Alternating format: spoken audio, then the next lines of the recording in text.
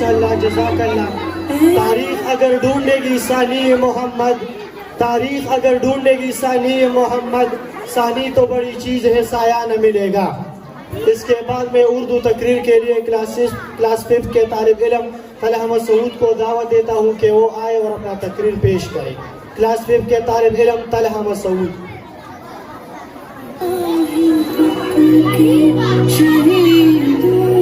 وفا کی تصویروں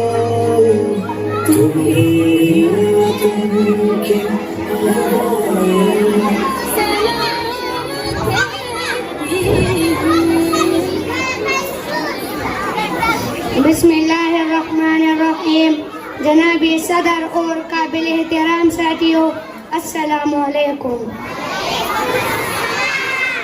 جب ہر طرف اندھیرے کا راج تھا، جہالت کا دور آتا، منافقت تھی، شراب پانی کی طرح پی جاتی تھی، امیر آدمی اپنی بیٹی کو پیدا ہوتے ہی درگور کر دیتے تھے اور غریب آدمی کی بیٹی کو زندہ رکھا جاتا تھا، وہ اس لیے کہ وہ جوان ہو کر امراء کی ہوس کو پورا کرے. طاقتور کمزور پر حاوی تھا، غلاموں کے ساتھ وہ سلوک کیا جاتا تھا جسے دیکھ کر رونگٹے کھڑے ہو جاتے تھے، حتیٰ کہ جانور بھی اس دور کے انسان کے ظلم کا نشانہ بنا ہوا تھا.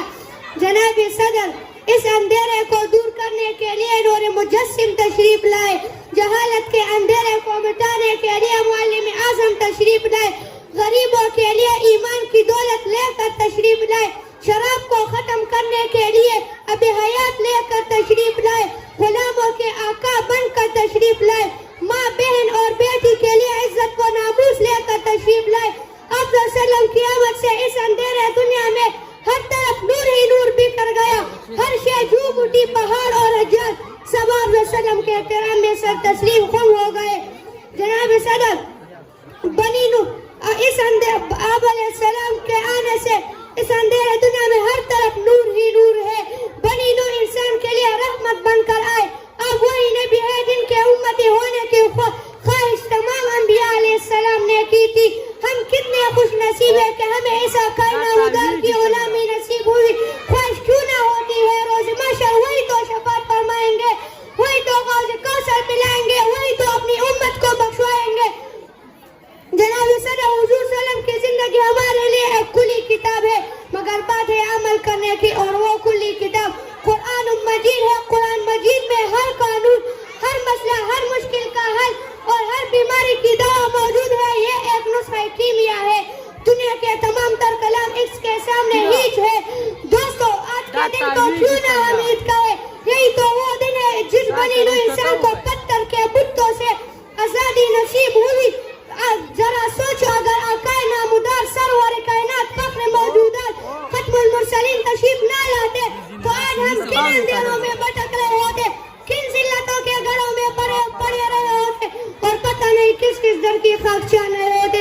اے مسلمانوں، مناؤ جشن عید میلاد النبی، لیکن آتش بازی کر کے نہیں، فضول خرچی کر کے نہیں، سرمایہ اجار کر کے نہیں، گھر گھر مانگ کر کے نہیں، بلکہ مسجد آباد کر کے، غریبوں کی امداد کر کے، محتاجوں کو کھانا کھلا کر کے، کیونکہ یہی وہ درس ہے جو محمد عربی ہمیں دے گئے ہیں.